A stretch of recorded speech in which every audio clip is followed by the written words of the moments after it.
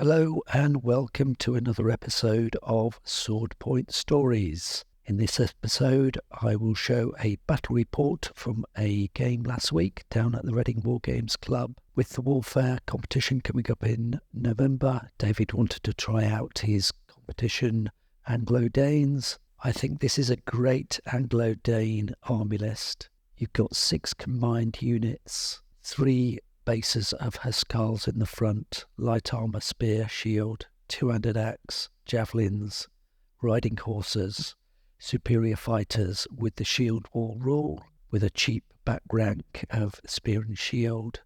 You've also got a unit of open order Vikings in there, and then 3 units of skirmishers. I took the Italio Normans. I've covered the army composition on a previous episode, so check back if you want to see that in detail. Here's a look at the initial deployments. The Anglo-Danes pretty much strung out across the board with their Vikings just tucked in on their right flank.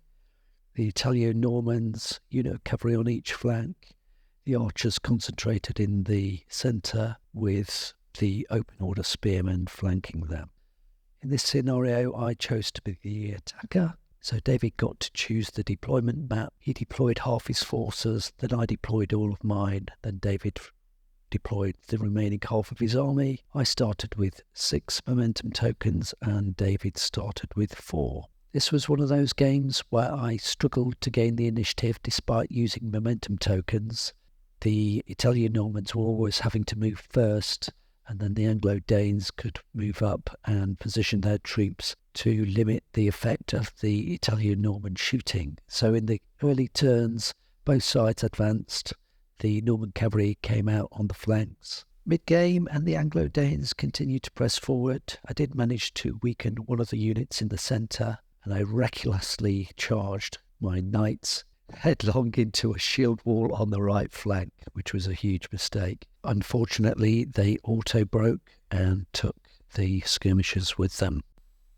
The Normans had been falling back in order to maximise the number of turns they could get shooting, but a consequence of this was that they ran out of space to manoeuvre their units, and their spare cavalry unit wasn't able to exploit the hole in the Anglo-Dane centre. The Anglo-Danes relentlessly pressed forward and really had the Italio-Normans on the back foot. Getting towards the end now, the Norman cavalry charge in on the left flank, but meanwhile their open order spearmen on the hill on the right flank are thoroughly beaten and routed. This was just about the final position. I think the Norman cavalry on the right broke from fleeing friends within 4 inches, and that took the Normans to break point. They just ran out of room in the centre and couldn't exploit the gap that they'd made in the Anglo-Dane battle line. Good game though, and looking forward to the next one. Hope you enjoyed this. Thank you for watching. Tune in for more Swordpoint stories next week.